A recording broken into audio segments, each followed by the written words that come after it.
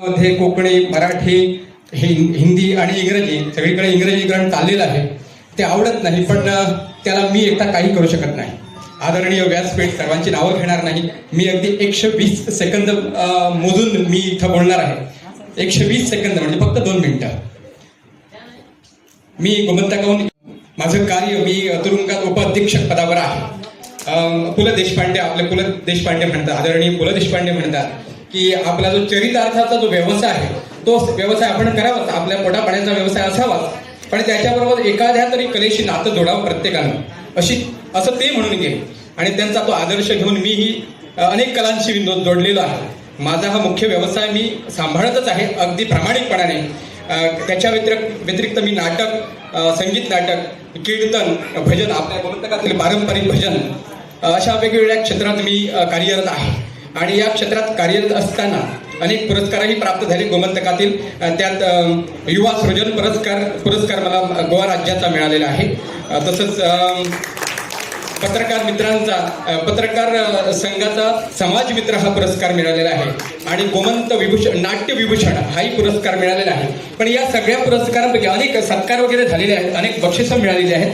पण या सर्वांच्या वर पुरस्कार कोणता मिळाला तर तो रोखटोकने जो आज मला इथं बोलावून माझा सन्मान केला, मला सन्मानित केलेला आहे, तो जीवन गौरव पुरस्कार.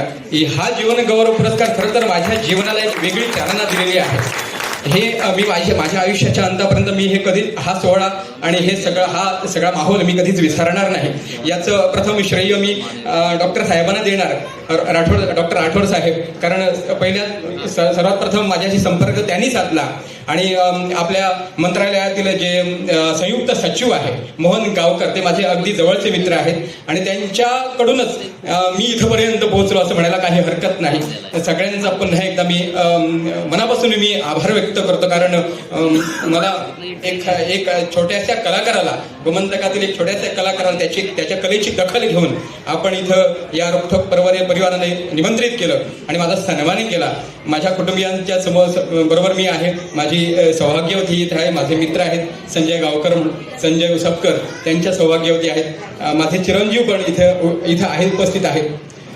खरं तर माझ्यावर आता मी इथं माझा पुरस्कार स्वीकारत असताना जो मी फोटोग्राफ घेतला, तो फोटोग्राफ लगेच मी गोमंतकात पाठवला. आणि तिथून जो वर्षाव झाला माझ्यावर, जो कौतुकाचा वर्षाव झाला, तो आनंदात व्यक्त करण्यासारखा नाही, तो आनंदाच्या पलीकडे आहे.